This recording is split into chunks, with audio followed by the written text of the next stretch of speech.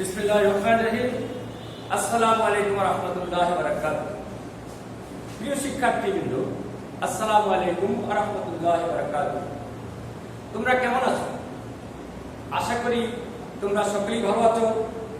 তোমরা জানো, বিশ্বব্যাপী করোনা মহামারী ভয়াবহ তাণ্ডবে সবকিছু স্থবির হয়ে পড়েছে, যার প্রভাব আমাদের দেশ এমনকি আমাদের বিদ্যালয়ে পড়েছে। তাই আমরা সকলেই সার্বক্ষণিক বাসায় অবস্থান করে অনলাইনের মাধ্যমে আমাদের পাঠগুলো শিক্ষা লাভ করতে পারি। মাননীয় প্রধানমন্ত্রী, মাননীয় শিক্ষামন্ত্রী, শিক্ষা মন্ত্রণালয় এবং আমাদের বিদ্যালয়ের কর্তৃপক্ষের নির্দেশনায় আমরা অনলাইনে ক্লাস পরিচালনা করে আসছি।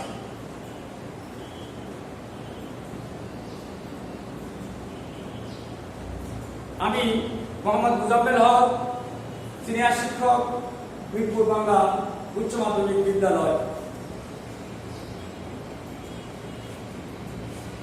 আজকে তোমরা একটু লক্ষ্য করো, লক্ষ্য করলে দেখতে পাচ্ছ আমরা কি দেখতে পাচ্ছি, অর্থাৎ এখানে লেখা আছে ইসলাম। তোমরা অবশ্যই বুঝতে পারছো যে আমরা আজকে কি নিয়ে আলোচনা করব। আজকে আমরা ইসলাম নৈতিক শিক্ষা বিষয়ের প্রথম অধ্যায়ে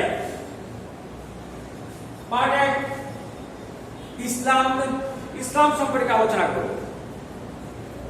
এখনই আমাদের আজকের এই ইসলাম সম্পর্কে আলোচনার পর আমরা আজকে এই পাঠ থেকে আমরা কি শিক্ষা অর্জন করতে পারবো একটু লক্ষ্য করো। ইসলামের পরিচয় ব্যাখ্যা করতে পারবো। তোমরা ইসলাম সার্বজনীন ধর্ম ব্যাখ্যা করতে পারবে। জীবন গঠনে ইসলামের ভূমিকা কি তা বর্ণনা করতে পারবে। মানব জীবনে ইসলাম শিক্ষার গুরুত্ব কি ব্যাখ্যা করতে পারবে। এখন আমাদের জানা দরকার যে ইসলাম কি। প্রথমে আমরা আলোচনায় যাব ইসলামের পরিচয় সম্পর্কে। যা আমরা শাব্দিক অর্থ দেখি, ইসলাম শব্দের অর্থ হচ্ছে আনুগত্য করা, আত্মসমর্পণ করা, শান্তির পথে চলা, বশ্যতা স্বীকার করা ইত্যাদি ইসলামের অর্থ হতে পারে। এখানে ছবির মধ্যে তোমরা দেখতে পাচ্ছ যে এখানে কারা আনুগত্য করছে।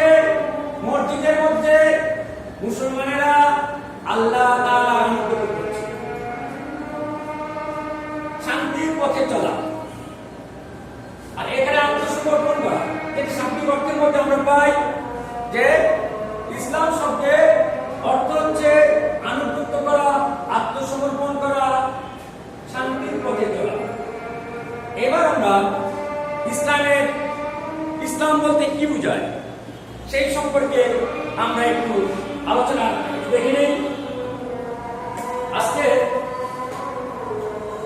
ইসলাম হলো আল্লাহ তাআলার প্রতি আন্তরিকভাবে বিশ্বাস স্থাপন করে তার নিকট পরিপূর্ণভাবে আত্মসমর্পণ করা, বিনা দ্বিধায় তার যাবতীয় আদেশ নিষেধের আনুগত্য করা এবং তার দেওয়া বিধান ও হযরত মুহাম্মদ সাল্লাল্লাহু আলাইহি সাল্লামের দেখানো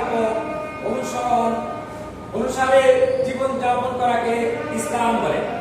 অর্থাৎ ইসলাম হচ্ছে যে আল্লাহ তাআলার প্রতি বিনা শর্তে আত্মসমর্পণ করতে হবে এবং আল্লাহর দেওয়া বিধান মহানবী হযরত মুহাম্মদ সাল্লাল্লাহু আলাইহি সাল্লামের দেখানো পথ এবং মত অনুসরণ করে জীবন যাপন করাকে ইসলাম বলে।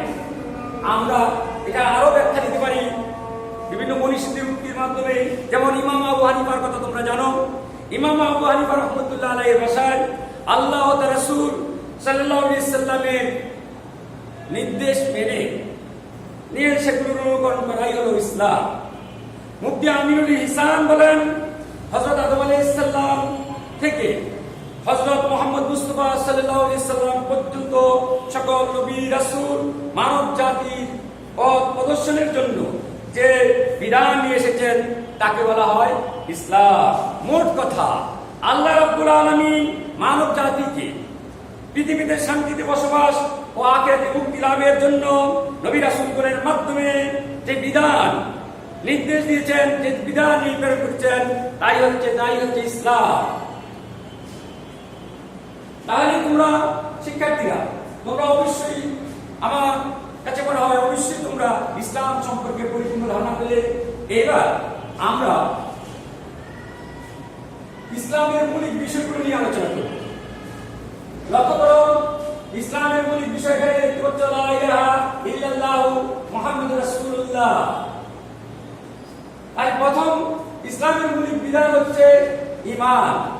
ইসলামের মৌলিক ভিত্তি হচ্ছে পাঁচটি, অর্থাৎ এক নম্বর হচ্ছে ঈমান, কালিমা তাইয়্যিবা।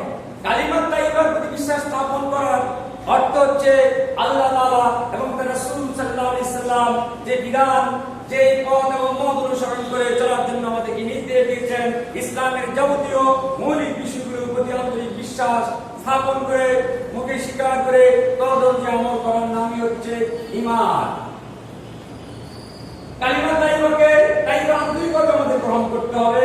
কালিমা তাইয়্যিবার প্রতি বিশ্বাস স্থাপনের অর্থ হচ্ছে আল্লাহর প্রতি আন্তরিকভাবে বিশ্বাস স্থাপন করে মুহাম্মদ রাসূলুল্লাহ সাল্লাল্লাহু আলাইহি সাল্লামের দেখানো পথ এবং মত অনুসারে জীবন যাপন আমাদের করতে হবে। তাহলে ঈমান। এবার তোমরা ছবিতে লক্ষ্য করো, যেখানে নামাজ আদায় করতেছে, সালাত আদায় করতেছে, বোঝা যাচ্ছে তাহলে আমাদের পরবর্তী ইসলামের মৌলিক বিষয়টি হচ্ছে সালাত। সালাতের দৃশ্য তোমরা দেখতেছো কোরআনে কারিমে বহু স্থানে সালাতের কথা বলেছেন, সালাত আদায় করা ফরজ। কোরআনে কারিমে আল্লাহ রাব্বুল আলামিন ঘোষণা করেছেন, আকিমুস সালাত ওয়া আতুজ যাকাত, সালাত আদায় করো এবং যাকাত প্রতিষ্ঠা করো। তাহলে আমরা দ্বিতীয় মৌলিক স্তম্ভ হচ্ছে সালাত। এবার আমরা চলে যাচ্ছি যাকাত, অর্থাৎ আমাদের মৌলিক ইসলামের মৌলিক বিষয় পাঁচটির মধ্যে তৃতীয় হচ্ছে যাকাত। এখানে দেখা যাচ্ছে যাকাত দেওয়া হচ্ছে। যাকাত দেওয়াটা হচ্ছে ফরজ। কাদের উপর ফরজ? সারা বছরের জীবনযাত্রার প্রয়োজনীয় ব্যয় বাদে যার হাতে হিসাব পরিমাণ সম্পদ মুদ্রিত থাকে তার উপর যাকাত ফরজ।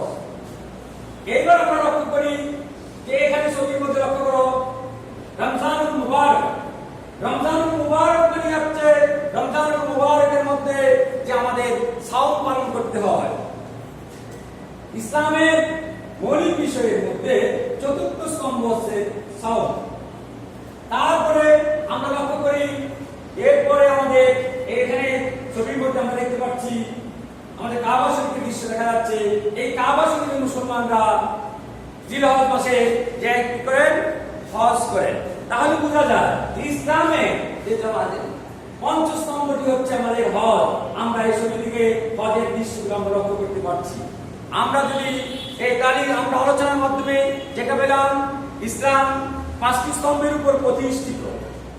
এই বলে সাক্ষ্য দেওয়া যে আল্লাহ ছাড়া কোনো ইলাহ নেই, হযরত মুহাম্মদ সাল্লাল্লাহু আলাইহি সাল্লাম আল্লাহর বান্দা ও রাসূল। সালাত কায়েম করা, যাকাত প্রদান করা, হজ করা এবং রমজান মাসে রোজা পালন করা, অর্থাৎ সাওম পালন করা। এই হাদিসটি তোমাদের পাঠ্য বইয়ের দ্বিতীয় অধ্যায়ে 2 নম্বর হাদিস আছে। তার এই হাদিসের মধ্যে আমরা যে পাঁচটি স্তম্ভ ইসলামের মৌলিক বিষয় বা ইসলামের মৌলিক স্তম্ভ আমরা পাঁচটি পেয়েছি। আমরা যদি একটু চিন্তা করি যে আমরা যদি এই পাঁচটি স্তম্ভকে যদি একটি গাছের সাথে তুলনা করি, একটি গাছের পাঁচটি অংশ, মূল, কাণ্ড, পাতা, ফুল ও ফল, অর্থাৎ প্রথমে যদি আমরা চলে যাই, মূল ছাড়া গাছের কল্পনা করা যায় না, ঠিক ঈমান ছাড়া অন্যগুলোর কল্পনা করা যায় না। প্রধান হচ্ছে গাছের মূল ছাড়া যেমন গাছের কল্পনা করা যায় না, ঈমান ছাড়া অন্য নামাজ, রোজা, হজ, যাকাত কোনটাই গ্রহণযোগ্য হবে না। সর্বপ্রথমে আমাদেরকে ঈমান আনতে হবে, অর্থাৎ ইসলামের মৌলিক বিষয় পাঁচটির মধ্যে সর্বপ্রথম বিষয় হচ্ছে ঈমান। এবার লক্ষ্য করো তোমরা জীবন গঠনে ইসলামের ভূমিকা। ইসলাম আল্লাহ তাআলার নিকট মনোনীত ধর্ম বা জীবন ব্যবস্থা। পৃথিবীতে বহু ধর্ম আছে, কিন্তু ইসলামী হচ্ছে একমাত্র আল্লাহ তাআলার নিকট গ্রহণযোগ্য বা আল্লাহর মনোনীত ধর্ম। এই সম্পর্কে আল্লাহ রাব্বুল আলামিন কোরআনে কারিমে ইরশাদ করেন, ইন্নাদ দীনা ইনদাল্লাহিল ইসলাম। ইসলাম একটি পরিপূর্ণ জীবন বিধান। এই জীবন বিধান মানুষের ব্যক্তিগত জীবন, পারিবারিক জীবন, সামাজিক জীবন, রাষ্ট্রীয় জীবন, আন্তর্জাতিক জীবন, অর্থাৎ জীবনের যত দিক আছে, যত বিভাগ আছে, জন্ম থেকে মৃত্যু পর্যন্ত আমাদের যত কাজ আছে, করণীয় আছে, একমাত্র ইসলামী সবকিছুর সমাধান ইসলামের মধ্যে আছে, অন্য কোনো ধর্মের মধ্যে এইভাবে নাই। অর্থাৎ একজন শিশুর প্রতি আমাদের দায়িত্ব কি, একজন প্রতিবেশীর প্রতি আমাদের দায়িত্ব কি, পিতা মাতার প্রতি আমাদের দায়িত্ব কি, শিক্ষক হিসেবে আমাদের দায়িত্ব কি, ছাত্র কর্মী হিসেবে আমাদের দায়িত্ব কি, সব কিছু ইসলামের মধ্যে আছে। দেশের প্রতি আমাদের দায়িত্ব কি, নাগরিক হিসেবে আমাদের দায়িত্ব কি, অর্থাৎ যত কিছু আমাদের দৈনন্দিন জীবন যাপনের জন্য যা কিছু একমাত্র ইসলামে আছে। অর্থাৎ ইসলাম হচ্ছে একটি পরিপূর্ণ জীবন বিধান। Islam is a complete code of life. Islam সার্বজনীন ধর্ম। পরকালের নাজাতের একমাত্র উপায় হচ্ছে ইসলাম। ইসলামে একমাত্র আমাদের নাজাতের পথ। অর্থাৎ ইসলামের আলোকে আমরা যদি জীবন যাপন করি, আমরা যদি আল্লাহ এবং রাসূলের বিধান অনুযায়ী আমরা আমাদের জীবনকে অতিবাহিত করি, তাহলে আমরা পরকালে মুক্তি পাবো, পরকালে নাজাত পাবো, সকল সমস্যার সমাধান এর মাধ্যমে রয়েছে। যেটা আমি আলোচনা করেছি, জন্ম থেকে মৃত্যু পর্যন্ত আমাদের যা কিছু করণীয় সব ইসলামে আছে। এমনকি ইসলামে আমাদের পরকালের জীবনের ব্যবস্থা কি হবে, পরকালের জীবন সম্পর্ক ইসলামের মধ্যে ইসলামের মধ্যে আছে। ইসলাম হচ্ছে শান্তি ধর্ম। ইসলাম সুস্থ সুন্দর জীবন পরিচালনার মাধ্যম। অর্থাৎ ইসলামের মাধ্যমে আমরা আমাদের জীবনটাকে সার্থক করে তুলতে পারি। সুন্দরভাবে আমরা ইসলামের আলোকে যদি আমরা অনুসরণ করি, ইসলামকে অনুসরণ করি, ইসলামের পথ এবং ইসলাম যেভাবে যে নির্দেশ দিয়েছেন সেই অনুযায়ী যদি আমরা জীবনকে পরিচালনা করি, তাহলে আমাদের জীবনটা সুন্দর হবে। ইসলাম শরীয়তের সর্বশেষ এবং পূর্ণাঙ্গ রূপ। আল্লাহ রাব্বুল আলামিন যুগে যুগে নবী এবং রাসূল প্রেরণ করেছেন। হযরত আদম আলাইহিস সালাম থেকে শুরু করে হযরত মুহাম্মদ রাসূলুল্লাহ সাল্লাল্লাহু আলাইহি সাল্লাম পর্যন্ত এক হাদিস আছে 1,24,000 মতান্তরে দিলাম 24,000 নবী রাসূল এই পৃথিবীতে আল্লাহ রাব্বুল আলামিন প্রেরণ করেছেন।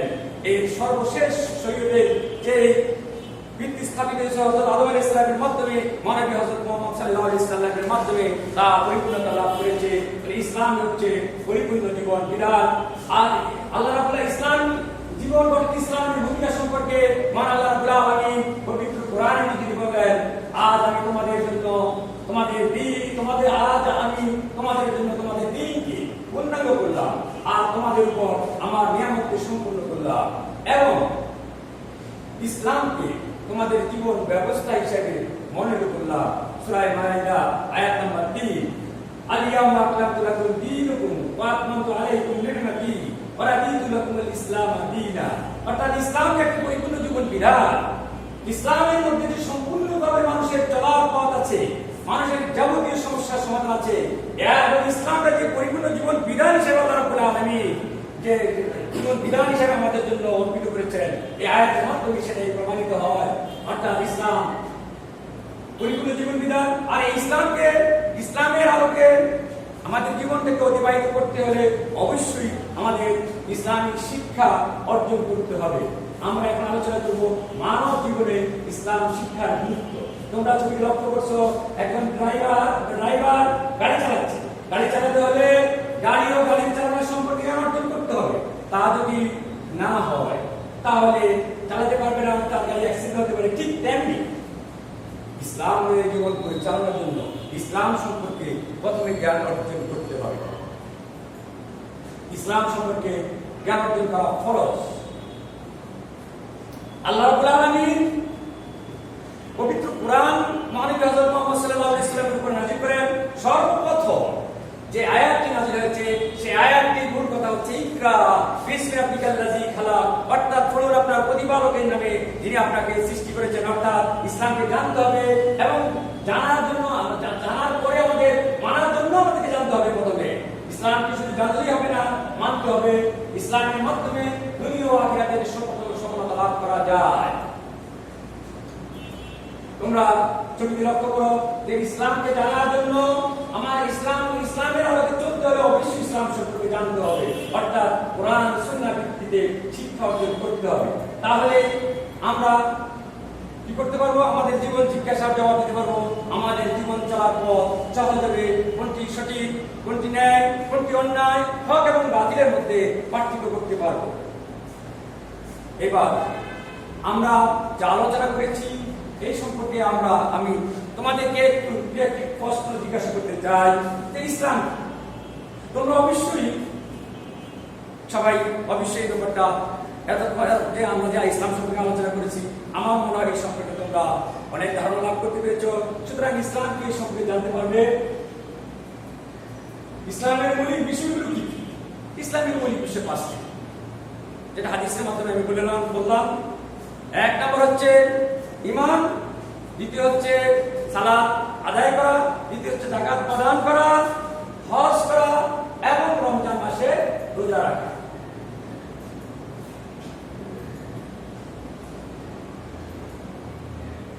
এবার আমরা আজকে যে আলোচনা করলাম, এই আলোচনা তোমাদের জন্য একটি বাড়ির কাজ, একটি সৃজনশীল, একটি খেয়াল করো।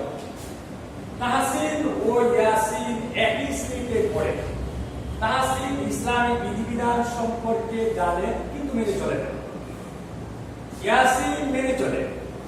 ইয়াসিন তার বন্ধু তাহসিনকে বলল, শুধু জানলে হবে না, মেনে চলতে হবে। অর্থাৎ ইসলামকে শুধু জানলে হবে না, মানতে হবে। এই কথাই বলেছে ইয়াসিন তার বন্ধু তাহসিন। আরো বলল, ইসলাম একটি পরিপূর্ণ জীবন ব্যবস্থা। এটি বিশ্বাস করতে তাহসিন সংশয় প্রকাশ করে, অর্থাৎ তাহসিন বিশ্বাস করতে চায় না। আমরা একটু আগে পরের প্রশ্নটা নিয়ে আলোচনা করি। তাহসিনের দৃষ্টিভঙ্গি কি সঠিক? তাহসিন কি করলো? সংশয়। তাহসিনের দৃষ্টিভঙ্গি সঠিক নয়। কেন সঠিক নয়?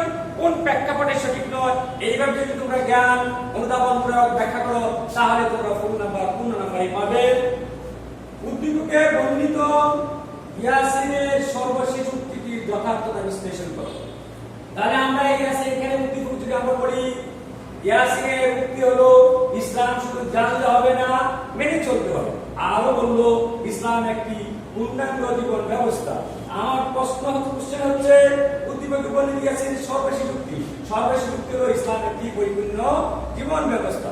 অ্যানসারটা যদি লিখতে যাও তাহলে তোমাদেরকে আগে বলতে হবে ইসলাম একটি পরিপূর্ণ জীবন ব্যবস্থা, উক্তিটি সঠিক বা উক্তিটি যথার্থ। এইভাবে অ্যানসার করে জ্ঞানের কথাটা সর্বপ্রথম লিখে তারপরে তোমরা অনুধাবন, প্রয়োগ, উচ্চ দক্ষতা লিখবে।